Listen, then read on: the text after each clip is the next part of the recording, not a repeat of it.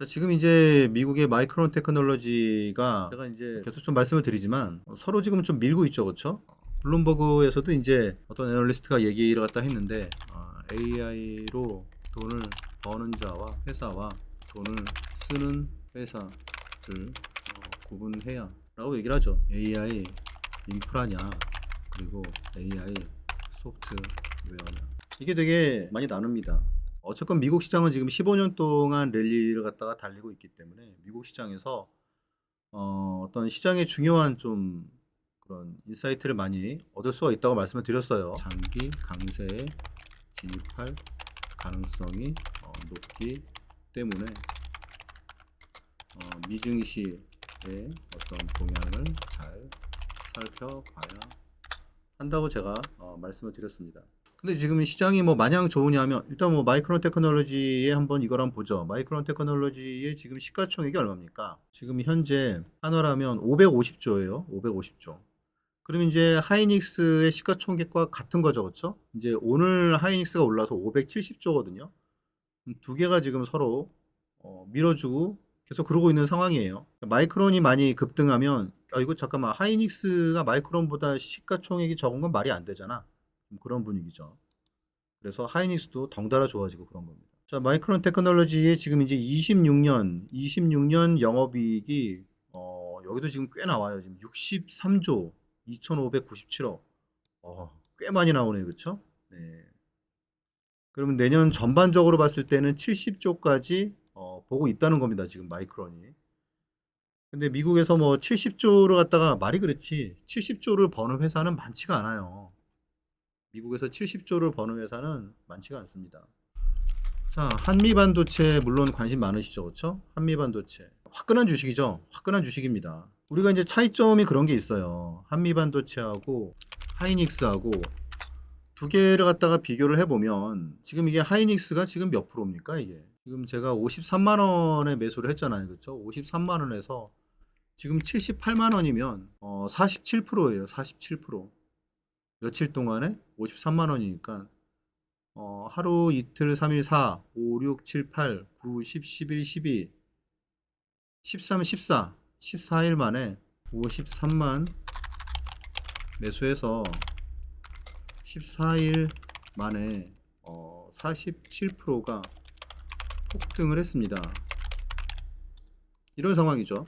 한미반도체가 13만 원부터 해서 지금 19만 3천 원이란 말이에요. 13만 원부터 해서 지금 19만 3천 원이에요.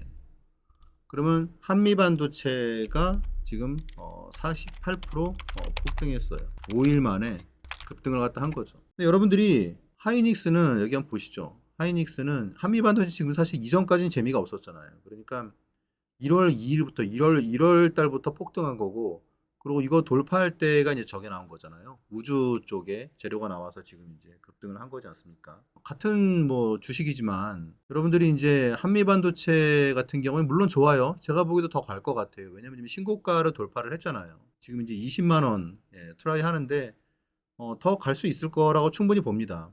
근데 이제 그거의 어떤 잣대가 되는 게 결국은 하이닉스겠죠, 그렇죠? 하이닉스가 계속 가느냐 하는 게 지금은 가장 포인트죠.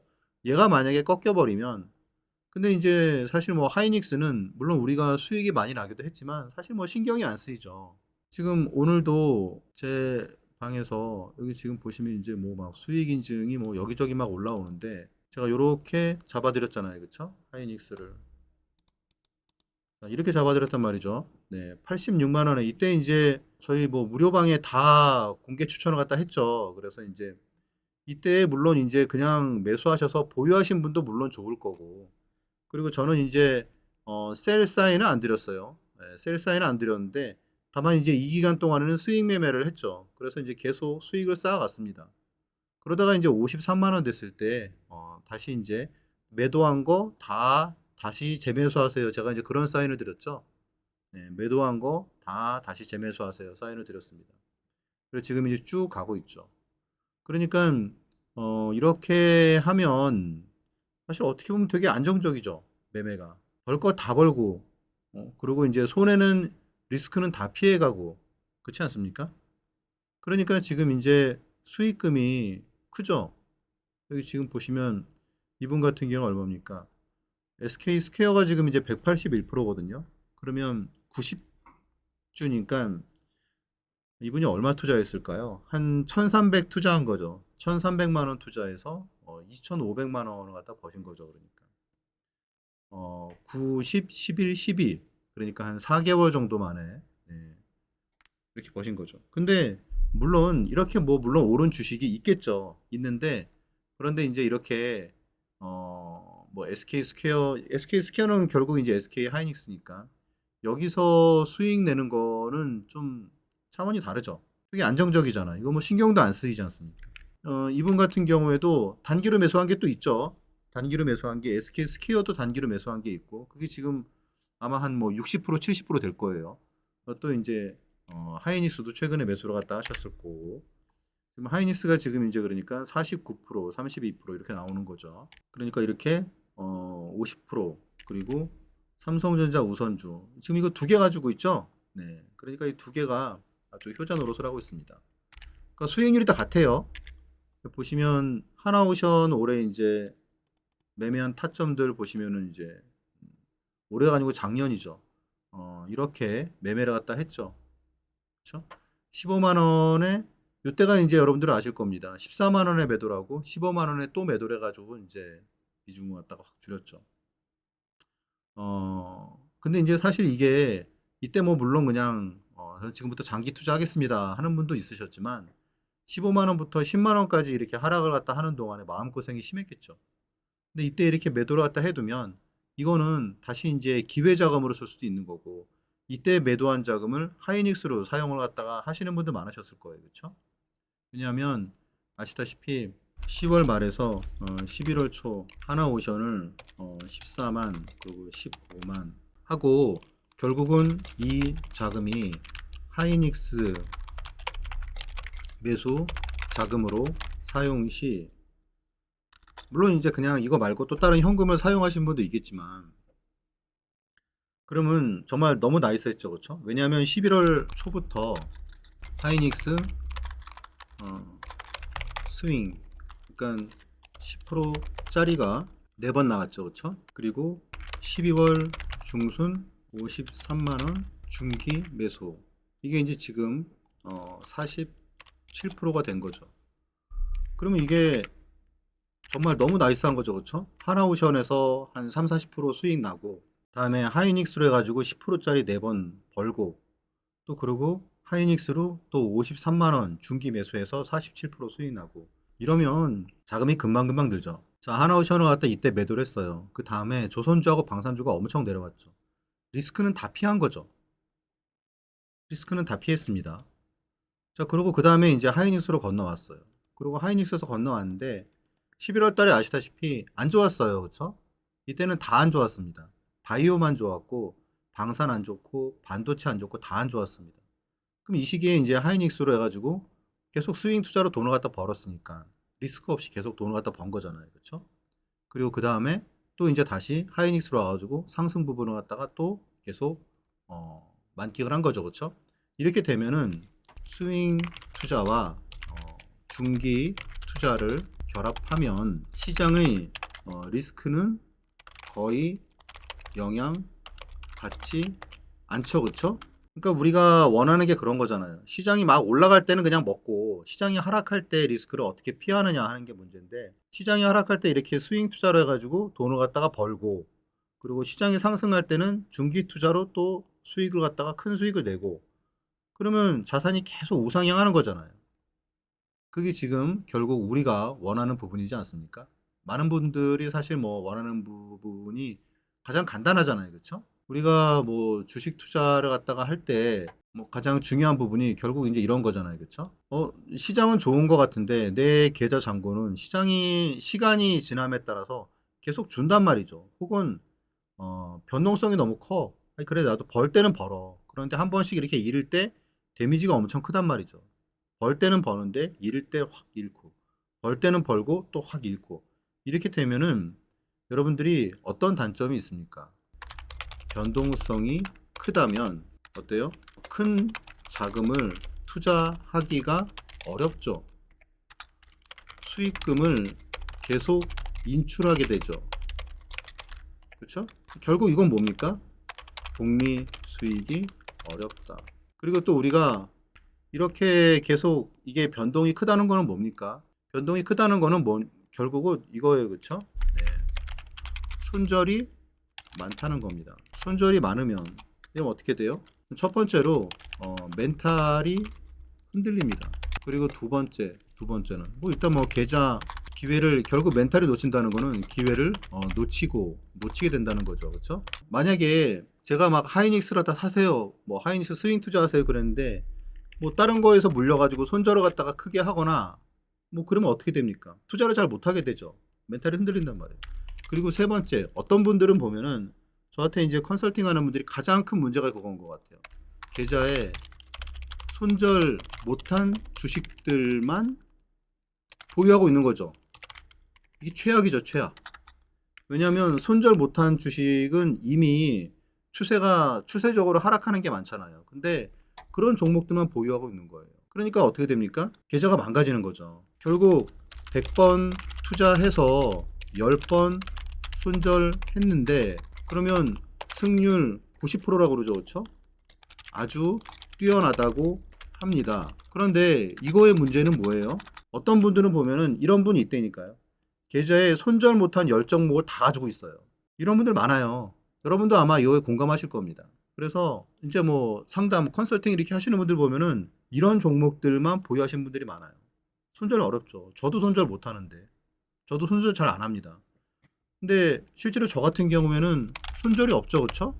손절이 없어요. 왜냐하면 기본적으로 뭐 이런 내용이 제일 중요한 것 같아요. 저는 손절 잘 할 생각을 하지 말고 손절 안 할 주식을 좋은 가격에 매수하면 됨.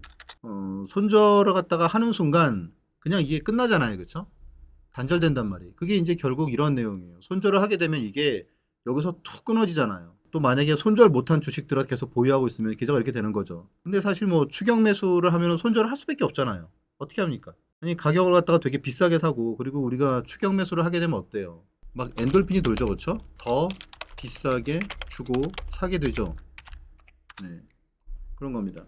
이게 만약에 뭐 잘 아는 주식이라면 그리고 이제 경계감을 갖는데 모르는 주식 뭐 신규 상장 이런 거 있잖아요. 그렇죠?